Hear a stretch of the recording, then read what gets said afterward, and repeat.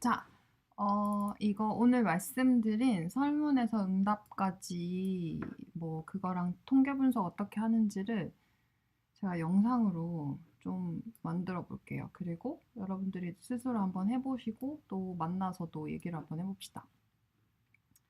예쁘죠? 옛날에 몇 년 전에 만들었던 거를 이제 수정을 한 거고, 옛날에 그러니까 친구들이랑 스터디할 때 만든 거를 지금 좀 바꾼 거고, 근데 내용은 좀 달라졌어요. 지금 보시면은 우선 그 설문지를 실시를 하고, 그리고 그 설문을 일단 만들었다고 생각을 해봅시다. 어떤 설문지 형태를 만들었겠죠. 뭐 안녕하세요, 우리는 뭘 할 겁니다. 안내하고 문항 물어보고 사람들이 응답을 했겠죠.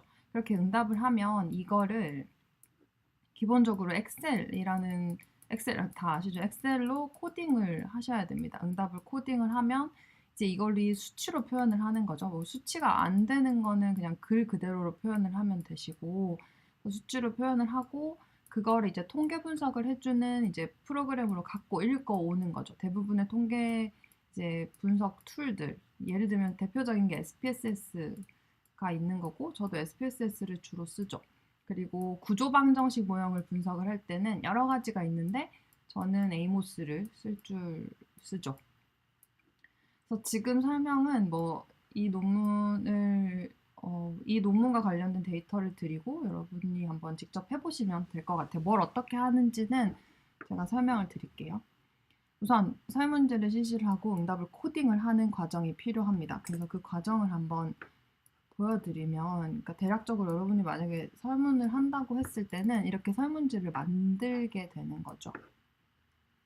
뭐뭐에 대한 인식 검사 뭐 이런 식으로 해서 뭐 감사하고 뭘 하기 위해서 개발됐는지 해서 대략적인 설명을 해주시면 되고, 뭐 이런 부분은 빠지기도 하고 그거는 여러분 상황에 따라서 맞춰서 해주시면 됩니다. 그리고 의문사항이 있으면 어디로 연락 달라 이런 내용들이 있으면 되고요. 이제 문항 기본 정보가 나오는 거죠. 뭐 성별, 나이. 근데 나이를 만 몇 세로 물어보면 사람들이 자기 나이를 잘 몰라서 저는 개인적으로 태어난 연도를 물어보고 그걸 바탕으로 연구자가 직접 나이를 이제 계산을 해내는 걸 훨씬 선호를 하고요. 그리고 종교가 뭔지 물어보고, 이거는 관련된 이제 설문 문항으로 구성이 되는 거죠. 이건 오픈형, 개방형 질문으로 물어보는 것도 있고, 이게 5점 척도인 거죠. 5점. 5점으로 물어보니까. 그래서 대부분은 매우 그렇다가 5이고 1이 전혀 아니다. 이건 뭐 바뀌어도 상관이 없는데 대부분 이렇게 응답을 하죠.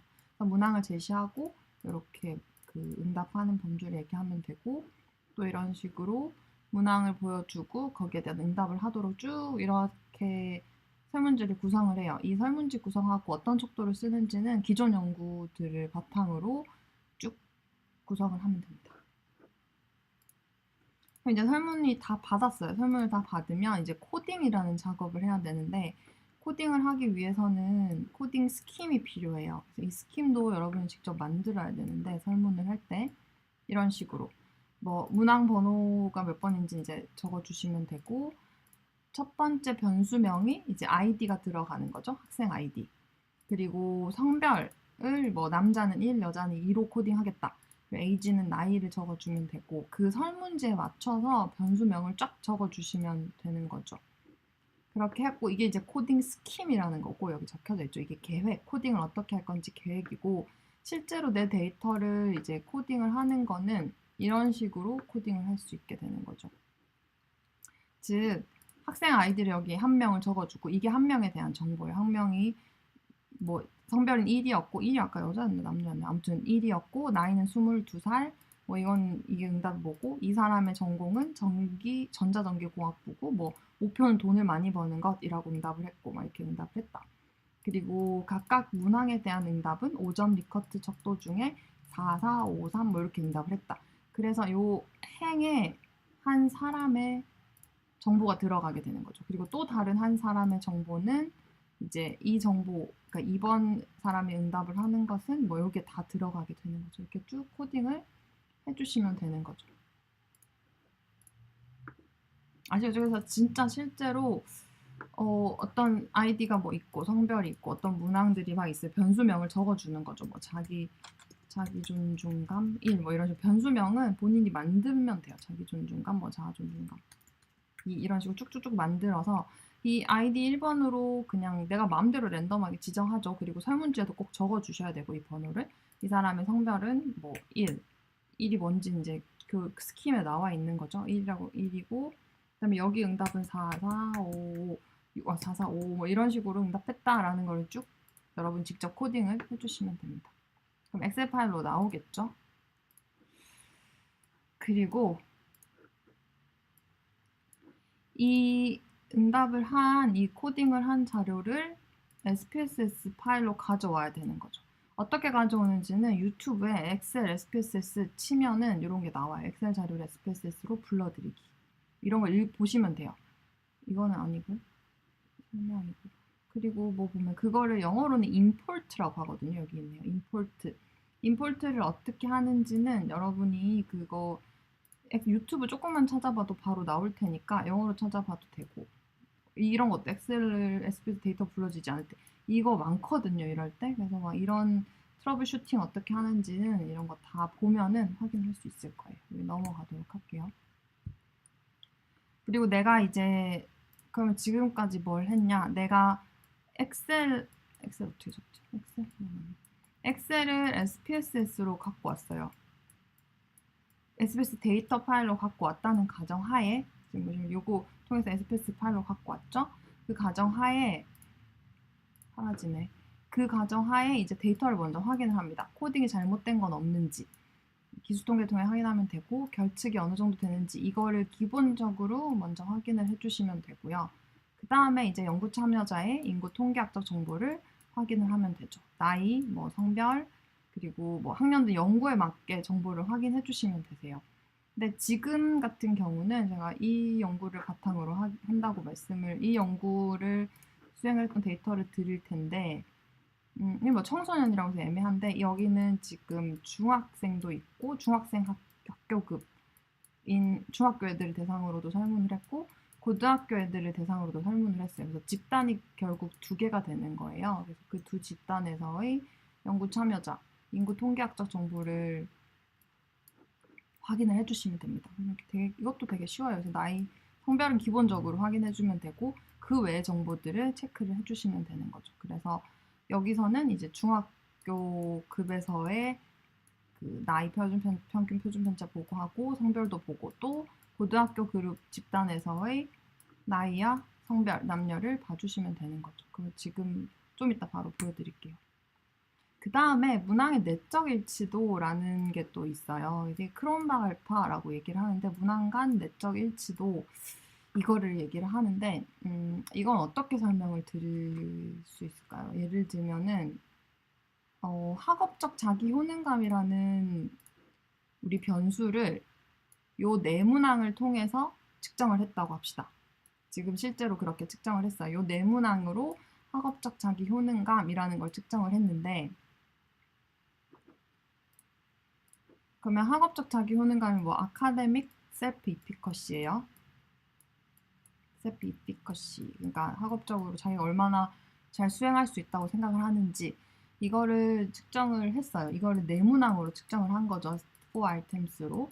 그렇게 했는데 지금 이 내문항이 만약에 하나의 학업적 자기 효능감을 제대로 잘 정확하게 측정을 하고 있다면 이 학업적 자기 효능감을 측정하는 내문항끼리의 상관관계는 높아야겠죠.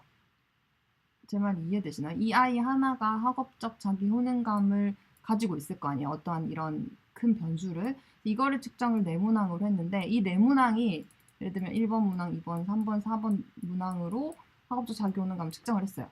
근데 1번 문항은 얘가 5라고 응답을 했어요. 한 애가. 2번 문항은 뭐 4, 5점 척도 중에 3번 문항에 5. 4번 문항은 1이라고 이게 1이라고 대답을 한 거죠. 또 다른 애한테 물어봐요. 똑같은 문항에 대해서 물어보는 거죠. 이렇게 코딩이 이렇게 되겠죠. 다 지워졌네. 다시. 왜 이거 다 지워지지? 신기하네. 아무튼 어쨌든 3번, 4번 문항이에요. 똑같이 얘는 5, 아이디 뭐 1번인 애, 5, 4. 근데 얘는 1이라고 응답을 하고 얘도 또 측정을 했는데 뭐 4, 4, 3. 근데 얘는 또 2, 뭐 이런 식으로 응답을 할 수도 있는 거죠. 그러니까 다시 말해서 또 어떤 애가 또 응답을 측정을 했어요. 얘는 또 1번 문항이 되게 낮게 응답하고 낮게 응답하고 낮게 응답하고 이건 지 마음대로 낮게도 하고 높게도 하고 뭐 이렇게 3이라고 했다고 합시다. 또 어떤 문항은 얘도 낮게 응답했어요. 얘도 좀 낮게 응답을 하고 3번 문항은 좀 낮게 응답을 했는데 4번 문항은 뭐 그냥 또 3, 뭐 이렇게 응답을 했, 이런 식으로 패턴이 쭉 나온다고 생각을 해봅시다. 그러면 그러면은 지금 1번, 2번, 3번 문항끼리는 이 높죠. 그리고 여기 또 같이 낮죠. 이렇게 패턴이. 여기는 이렇게 같이 높고.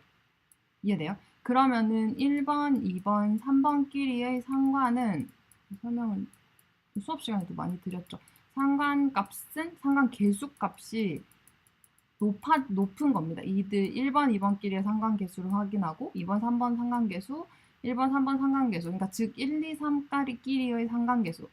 상관계수는 두 변수만 확인할 수 있으니까 이렇게 1, 3, 2, 3, 1, 3 이렇게 상관계수를 확인하면 뭐 0.5, 0.7, 뭐 1.6 뭐 이렇게 나오겠죠. 이거는 문항마다 좀 다를 거고.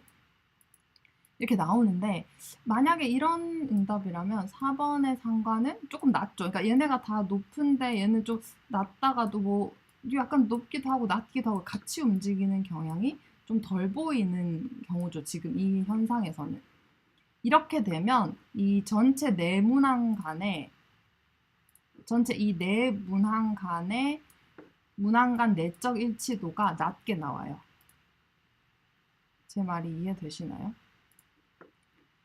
한 문항이든 뭐 몇 문항이든 이게 다 같이 움직이게 되면은, 그러니까 예를 들면은 여긴 다 높은데 그러니까 얘네가 다 높게 응답하면 다른 문항, 이 문항도 높게 응답해야 되고 여기 낮게 응답하면 또 낮게 응답해야 되고 이런 식으로 문항이 같은 패턴으로 움직이게 되면은 문항 간 내적 일치도가 높게 나오는 거죠. 근데 그게 아니라 이게 예를 들면 4번 문항처럼 크게 경향성이 보이지 않아요. 그렇게 되면은 이 네 문항 간의 문항 그 내적 일치도를 확인을 하게 되면 낮게 나오는 거죠. 그러면 만약에 내가 아카데믹 셀프 이피컷이라는 변수를 측정을 하려고 하고 그거를 이 네 문항으로 측정을 하려고 해요. 그러면 이 네 문항의 응답이 같이 움직이는 게 좋겠어요? 이렇게 각자 따로 노는 게 좋겠어요? 당연히 같이 움직이는 게 좋겠죠? 그래서 이 문항 간 내적 일치도의 값은 높으면 좋은 거예요. 1이 최고 점수인데 사실 1은 잘 안 나오고 뭐 0.8, 0.9 뭐 이 정도 되면 괜찮다라고 얘기를 하는 거죠. 문항 간 내적 일치도도 확인을 하게 됩니다. 근데 지금 또 봐보세요. 문항 간 내적 일치도를 확인을 할 때 지금 보시면 학업적 자기 효능감을 내문항으로 측정을 했죠. 근데 만약 개인 공부 시간에 문항 간 내적 일치도를 확인을 할 수 있을까요? 문항 간이니까 얘는 문항이 하나밖에 없잖아요. 그러니까 이 개인 공부 시간 같이 단일 문항으로 측정을 한 건 문항 간 내적 일치도는 아예 나올 수가 없는 거죠. 그래서 이것도 행동 조절 능력이라는 그 능력의 문항 간 내적 일치도도 이제 확인할 수가 있는 거고 학업 성취는 그냥 점수잖아요. 그래서 일반적으로 이거는 학업 성취는 문항 간 내적 일치도를 잘 보고하지 않아요. 보고하는 것이 조금 이상하다고 얘기를 합니다. 자, 이제 문항 간 내적 일치도까지 확인됐으면 이거 보통 방법 부분에 적어주죠. 문항 간 내적 일치도의 경우에는. 그리고 이제 기술 통계랑 상관을 확인을 하게 됩니다. 기술 통계 및 상관을 확인을 하게 되는데 지금 보시면은 지금 요 표는 약간 이상한데 여러분이 나중에 표를 그릴 때는 이거를 평균값을 내주세요. 이거를 평균값을 내줘서 그냥 학업적 자기 효능감이라는 그 평균 수치 하나만 적어주시면 될 것 같아요. 여기가 이제 한 줄로 나오게 되는 거죠. 그리고 행동 조절 능력이라고 해서 여기도 이렇게 한 줄로 나오게 됩니다. 학업 성취 같은 경우에도 그냥 이 네 변수, 물론 따로 볼 수도 있지만 지금은 우선은 그냥 한 줄로 이렇게 다 평균을 낸 다음에 이제 한 줄로 한 줄 이렇게 보고를 해주시면 될 것 같아요. 여러분이 뒤쪽에서 표를 직접 그려보라고 제가 말씀을 드릴 건데 한 줄로 분석을 해주시면 되고 지금 여기서는 중학교 집단과 고등학교 집단에서 평균, 표준 편차, 편포, 첨도를 이제 분석을 해보셔야 되는 거죠. 그러고 이런 식으로 표를 제시해야 되고 이게 이제 기술 통계고 그다음에 변수 간 상관계수 행렬은 지금 여기 변수명을 이렇게 숫자로 이상하게 숫자가 아니라 영어로 적어놨는데 그러지 말고 1 한 다음에 여기에 개인 공부 시간, 2 사교육 시간, 그리고 3 해서 여기는 학업적 자기 효능감. 그래서 이 네 변수를 평균 낸 값을 여기 적어주시면 되고, 평균 어떻게 되는지는 제가 설명드릴게요. 그리고 또 이 밑에 또 4 해서 행동 조절 능력이라고 적어주시고, 그 다음에 5 한 다음에 학업 성취 평균값, 이렇게 해서 상관계수 행렬을 여러분 직접 그려보시면 되는 거죠. 그리고 그 유의 수준도 표현을 해주시면 돼요. 보통은 이렇게 별로 표시를 하는데, 논문에서 많이 나오죠. 별로 표시를 하는데 이게 0.01보다 작을 때 별로 표시를 해주죠. 근데 지금 같은 경우에는 아마 이게 그 사례수가 몇만 명인 거기 때문에 몇만 명, 그러니까 그 사례수가 굉장히 높으면 P 값이 항상 이렇게 별이 떠요. 유의하게 나오기 때문에 지금은 그냥 모두 유의하였다. 모든 상관계수들은 뭐 0.001 이하 수준에서 유의하였음이라는 식으로 적어주게 되는 거죠. 이런 수치들이 어떻게 나오는지는 좀 이따 분석해서 보여드리겠습니다. 그리고 나서는 이제 연구 문제에 맞는 추리 통계를 해주시면 돼요. 추리 통계가 굉장히 엄청 다양하죠. 너무너무 다양한데 뭐 일반적으로 t-테스트부터 시작을 하고, t-테스트도 사실 한 개만 있는 게 아니에요. 독립표본 t-검정도 있고 대응표본 t-검정도 있는 거죠. 지금 봐보세요. 중학생이 개인 공부 시간과 사교육 시간 두 문항에 대해서 응답을 했어요. 똑같은 애가 얘 중학생이에요. 개인 공부 시간은 몇 시간인지, 사교육 시간은 몇 시간인지 이렇게 응답을 했어요. 그러면 한 애가, 그리고 또 다른 중학생도 개인 공부 시간에 대해서 응답하고 사교육 시간에도 응답을 한 거죠. 이 변수 수치들을 코딩을 하게 되면 이렇게 되겠죠. 이게 이제 id가 나오고, 얘가 1번이고 얘가 2번이네라고 합시다. 그러면 id, 그러면 얘는 1, 2, 2네. 그러면 얘 1번이네가 이렇게 있고 1번의 응답이 여기 쭉 적히겠죠. 그리고 여기에 2번이네의 응답이 쭉 적히겠죠. 여기에 개인 공부 시간은 얘는 뭐, 얘 아마 아까 척도가 개인 공부 시간은 여기 있다. 이렇게 되네. 1은 하지 않은, 뭐 공부 안 할 때는 1이라고 응답을 하고 개인 스스로 공부하는 건 안 하는 거죠. 그리고 뭐 1에서 5점 척도로 했네요. 그러면 개인 공부 시간에서는 또 다 없어져. 이게 왜 없어지는지 모르겠네. 자, 어쨌든 얘가 개인 공부 한 아이디 1번이라는 애가 개인 공부 시간에서 1번, 2번 이렇게 돼 있어요. 1번인 애가 개인 공부 시간, 이거는 뭐 변수는 여러분 마음대로 개인 공부 시간인데 얘는 응답 아까 1점에서 5점 척도로 할 수 있었죠. 1번인 애는 개인 공부를 되게 많이 한다고 응답을 한 거예요. 그리고 사교육을 물어봤더니 사교육도 되게 많이 한다고 응답을 했고, 2번인 애는 개인 공부는 하나도 안 하고 사교육만 많이 한다. 그리고 3번인 애는 개인 공부는 뭐 한 3 정도 하고 사교육은 뭐 거의 안 다닌다. 뭐 1 정도 이렇게 응답을 쭉 나왔겠죠. 그러면 이제 또 애들이 있으면 이렇게 쭉 응답이 되는데,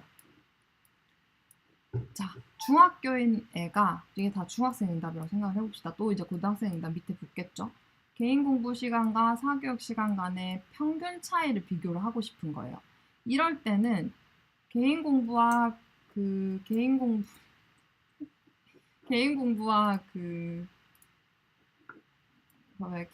시간과 약간 멘붕에서 개인 공부 시간과 사교육 시간 간에 이걸 두 개를 비교를 하고 싶은데, 이렇게 할 때는 한번 생각을 해보세요. 이 한 아이가 이거에 대해서 응답하고 또 이거에 대해서 응답을 한 거죠. 무슨 말인지 아시겠어요? 한 사람이 이렇게 응답한 이런 상황일 때는 이 응답이 개인 공부와 여기 있구나. 한 중학생이 개인 공부 시간과 사교육 시간에 응답을 했는데, 이 개인 공부 시간과 사교육 시간 간의 차이를 점수를 비교를 해보고 싶은 거예요. 근데 이 점수와 이 점수는 한 아이에부터 나온 거죠. 한 아이가 응답을 2개 한 거죠. 그런 점수들이 이제 쫙 모여 있는 거잖아요. 그러면 한 애가 응답을 했으면 이 개인 공부 시간과 사교육 시간은 얘 아이 한 아이로부터 나온 점수가 되는 거죠. 그렇기 때문에 이 두 점수는 서로 공유하는 분산이 있을 건 거예요. 이 마우스를 많이 오래 누르면 이게 넘어가나 봐요. 다시 이 두 점수 간에는 한 아이가 이 두 개에 대해서 응답을 다 하는 식으로 됐기 때문에 둘이가 공유하는 분산을 가지고 있다라고 생각을 해주면 돼. 뭐 공유하는 분산 이런 거 생각하지 말고 그냥 어쨌든 한 아이가 이걸 두 개를 다 응답을 하게 되면 독립표본 T 검정이 아니라 대응표본 T 검정을 해야 돼요. 무슨 말인지 이해되나요? 만약에 한 아이가 학기 전에 응답을 하고 학기 후에 응답을 했어요. 이 두 점수 간의 차이를 비교를 하고 싶은 거예요. 그렇게 할 때도 대응표본 T 검정을 해야 됩니다. 그렇다면 이제 독립표본 T 검정은 어떨 때 하는지가 궁금해지잖아요. 이 독립표본 T 검정은 생각해보세요. 되게 쉬워요. 중학교인 애가 있고 얘는 중학생이에요. 그리고 얘는 고등학생이에요. 좀 더 크게 표현합시다. 얘는 고등학생이고 얘는 중학생이에요. 그러면 중학생의 개인 공부 시간과 고등학생의 개인 공부 시간을 비교하고 싶은 거예요. 그냥. 근데 이 두 애는 다른 애예요. 그러니까 뭐 얘가 커가지고 얘가 됐다 그게 아니라 그냥 한 시점에서 중학생들한테 야 너 공부 몇 시간 해? 집에서 혼자? 이걸 물어봤어요. 또 고등학생 또 애한테 다른 애한테 야 너는 개인 공부 몇 시간 해? 이렇게 물어보고 응답이 쭉쭉 나온 거죠. 그럼 이거는 코딩이 이렇게 되겠죠? 그룹 변수가 있겠죠? 그러면 중학생은 1, 고등학생 2라고 코딩하면 얘는 중학생이야. 그러면 1인 애가 있고 개인 공부 시간에 응답한 게 뭐 5 이렇게 나오겠죠. 그리고 또 중학생 물어봤겠죠. 중학생 샘플도 많이 있어야 되니까. 그럼 얘는 4. 그리고 또 물어봤는데 얘는 1. 또 그 중학교한테 물어본 거. 이거는 중학교의 그룹을 나타내는 거고 아이디 값은 또 다 있어야 되겠죠. 1, 2, 3, 4, 5, 6, 7, 8, 9, 10 이렇게 쭉. 아이디 값은 중복되면 안 되죠. 그리고 이렇게 돼 있고 그룹은 또 고등학생 점수가 있겠죠. 고등학생 그룹에서 얘는 4, 얘는 뭐 3, 얘는 5, 뭐 이렇게 다 응답을 했겠죠. 이 상황에서는 이 개인 공부 시간에 응답한 이 수치를 중학교와 고등학교 간에 비교를 하고 싶은 거예요. 근데 이 수치가 이 수치 중학교 이 수치랑 고등학교 이 수치가 둘이 막 공유하는 분산이 있나요? 이게 없는 게 이해되나요? 다른 사람이 대답을 한 수치인 거잖아요. 각각의 아이디, 이 각각의 학생들이 그냥 독립적인 학생들이 이 수치에 대해서 응답을 했기 때문에 이런 상황에서는 독립표본 T 검정을 하게 되는 거죠. 그러니까 이런 것들이 그러니까 분석을 어떻게 뭘 해야 되는지는 책을 보고 수업을 듣고 책을 보고 뭐 유튜브 찾아보고 네이버 찾아보고 구글 찾아보고 공부를 굉장히 많이 해야 되는 거죠. 그러면 지금 이 상황에서는 중학생 집단에서 학습 시간 차이 분석이에요. 그러니까 이거 뭐냐면 논문을 읽어보시면 중학생 집단에서 개인 공부 시간과 사교육 시간이 얼마나 차이가 나는지를 비교를 한 거예요. 이럴 때 이 T는 대응표본 T 검정이 되는 거죠. 무슨 말인지 이해돼요? 그러니까 중학교 내에서 이거 본 거고 또 고등학생 내에서 이거 두 개를 비교한 거예요. 종속 변수가 얘랑 얘가 되는 거죠. 이렇게 비교를 한 거기 때문에 대응표본 T 검정을 하게 되고 만약에 계속 반복을 하고 있죠, 여러분. 혹시 헷갈릴까 봐서 만약에 나는 궁금한 게 개인 공부를 중학교 애들이 많이 하는지 고등학교 애들이 많이 하는지가 궁금해요. 그러면 아예 응답한 애들은 독립적이죠. 그렇게 되면 독립표본 T 검정을 하게 됩니다. 각각의 검정을 SPSS에 해주고 평균 표준 편차는 여러분 구할 수 있을 거거든요. 이거 그냥 보고 해주고 표준 오차는 이 T테스트 하면은 나와요. 그 값 보고 해주고 T값도 T테스트 SPSS에서 하면 나오니까 그 값을 보고 해주면 되는 거죠.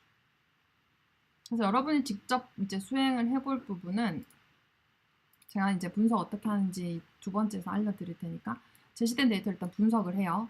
이 1번부터 해서 7번까지를 위해서.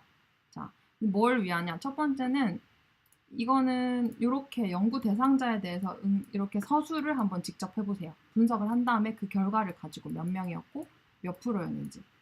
알겠죠? 이거 직접 해보시고 제가 이거 알려드릴게요. 크롬바 알파 값을 분석해야 되는 변수가 뭔지를 한번 고민해보고 얼마인지 어떤 변수는 크롬바이 얼마, 어떤 변수는 얼마 요거를 그냥 구해오시면 되고 또 이제 상관이랑 표준 편차를 구해야겠죠? 그러니까 기술 통계 상관이랑 표준 편차가 아니라 이제 기술 통계를 구하고 상관값을 분석을 하고 하나의 표로 그려보시면 될 것 같습니다. 그래서 즉 개인 공부 시간, 사교육 시간, 학업적 자기 효능감, 행동 조절 능력, 학업 성취 이 변수 5개가 관심 변수예요, 지금.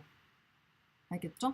그거에 대해서 분석을, 기술 통계 분석을 하고 상관 분석을 한 다음에 하나로 표로 그려보면 되는데, 표는 이 표들을 요 부분 조금 바꿔야겠죠? 이 부분 선생님들이 알아서 한번 바꿔보시고 변수별 기술 통계와 상관계수 이걸 두 개를 합쳐서 한번 표현을 예쁘게 해보세요. 기존 논문들도 많이 찾아보고 하시면 될 것 같아요.